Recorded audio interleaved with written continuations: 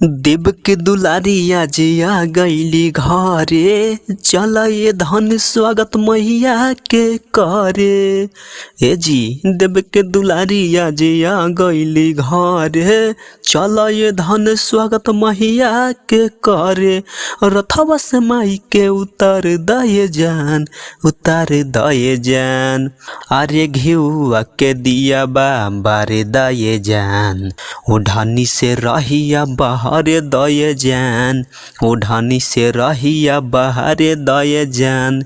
अरे घिउआ के दिया बारे दये जान, ओढ़ानी से रहिया बहरे दये जान। थकल पियासल देखई है मोरी मैया, एगो चटैया लाई पान के पतैया। सुना कह के नौनिया से नोह कटबाइब, सोना के पटोरिया पर आसन लगाबाइब। गंगा जल से पौआ पखर दये जान, पखर दये जान।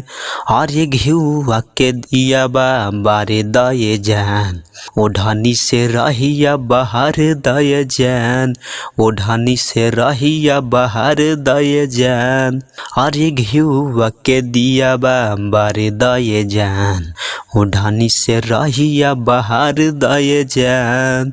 मंटू दीवाना माई के करा पूजना माँ, भक्ति में लगाई के तू धियाना माँ। ए जी मंटू दीवाना पिया करा पूजना माँ, भक्ति में लगाई के तू धियाना माँ।